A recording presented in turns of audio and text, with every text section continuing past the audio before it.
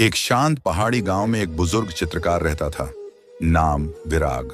उम्र बहुत थी, पर उसके हाथों में अब भी कूची की वही नर्म पकड़ थी जिससे वह कभी दुनिया को रंग दिया करता था। लेकिन एक समय आया जब उसकी आंखें कमजोर हो गईं, हाथ कांपने लगे और लोग उसके बनाए चित्र खरीदना छोड़ने लगे। गांव वालों का कहना था, अब इनके हाथों में पहले जैसा जादू नहीं रहा। लेकिन विराग ने पेंटिंग छोड़ने के बजाय एक आखिरी चित्र बनाना तय किया। अधूरी उम्मीद, वह रोज सुबह पहाड़ की चोटी पर बैठकर उसी खाली कैनवस को देखता रहता। वह रंग उठाता, पर कूची चलती ही नहीं।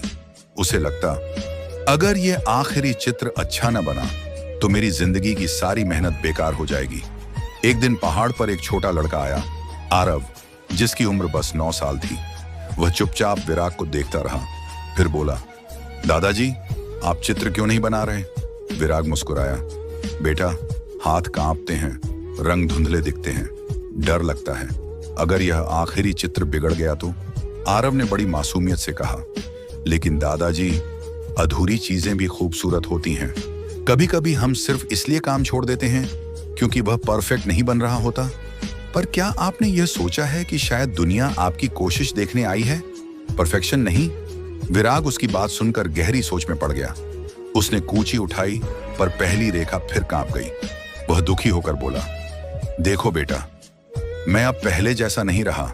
आरव ने उसके कांपते हाथ अपने छोटे हाथों से पकड़ लिए और बोला, फिर भी आपने कोशिश तो की। मेरे लिए यह सबसे बड़ी बात है। इन शब्दों ने विराग के अंदर जैसे रोशनी भर दी। वह मुस्कुराया और बोला, ठीक है, आज यह चित्र चाहे जैसा बने, मैं इसे पूरा कर ही दूंगा। विराग ने कांपते हाथों से चित्र बनाना शुरू किया। रेखाएं टेढ़ी थीं, रंग पूरी तरह मेल नहीं खाते थे, पर वह रुक नहीं रहा था। आरव वहीं बैठा उसे देखता रहा। शाम तक चित्र तैयार हो गया। गांव वालों ने जब उसे देखा तो हैरान रह गए। चित्र में एक बूढ़े इंसान के कांपते हाथ बने थे और उनके हाथों को संभालता एक छोटा बच्चा।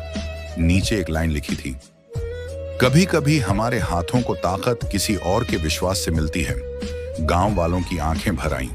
उन्हें एहसास हुआ कि कला हाथों में नहीं, दिल में होती है। उस दिन से लोग फिर विराग के पास आने लगे, लेकिन अब वह चित्र कम और लोगों को हिम्मत ज्यादा देता था।